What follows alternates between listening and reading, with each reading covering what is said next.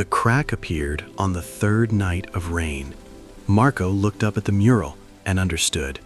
By morning, it would all be gone. Marco's village had been golden all through September. The mural glowed every morning. The fountain ran clear. Everything the friends had built still standing. Then the rain came. Softly at first, as if apologizing, then heavier still, until the cobblestones ran with water and the sky forgot blue. On the third evening, old Thomas stopped at the mural wall. He ran his hand slowly along a crack that had not been there yesterday and shook his head. Marco heard every word. He stood completely still for one moment. Then he turned and he ran, because Marco always runs toward the things worth saving. He found Lena at her window watching the rain. She looked at Marco's face in the doorway, closed her sketchbook, and stood up without a single word. He found Eli at his workbench, chalk and string spread carefully across the wood. Eli listened completely still, gathered his tools with quiet hands, and followed without a word.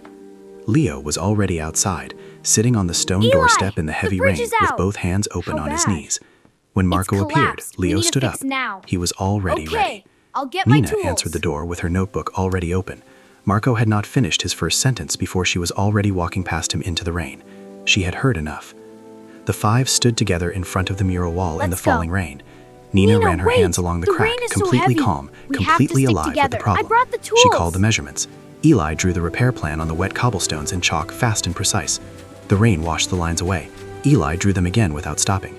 Leo moved first, both large hands finding the heaviest stones in the dark with the same extraordinary gentleness he once gave a tiny trapped hedgehog. It's about Lifting, 3 feet placing, wide. steady.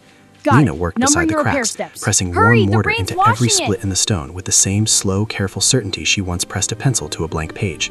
And Marco ran between all of them, water to Nina, chalk to Eli, stones to Leo, a dry cloth to Lena. He never stopped moving. He was the thread holding everything together. Then the support stone shifted. The crack spread wider in one terrible silent second. Leo's hands found it before anyone else moved, pressing flat against the cold, wet stone, holding. The rain fell harder. Nina's notebook soaked completely through, every calculation blurring and running down the pages in gray rivers. She stared at the ruined pages. For the second time in her life, she did not know what to do. Then Eli crouched quietly beside her on the wet cobblestones. He took dry chalk from his deepest pocket, and from memory, because he had watched Nina all evening, he drew every single measurement back exactly as she had written them. Nina looked at the chalk numbers on the cobblestones. Then she looked at Eli. Every measurement exact, every calculation perfect.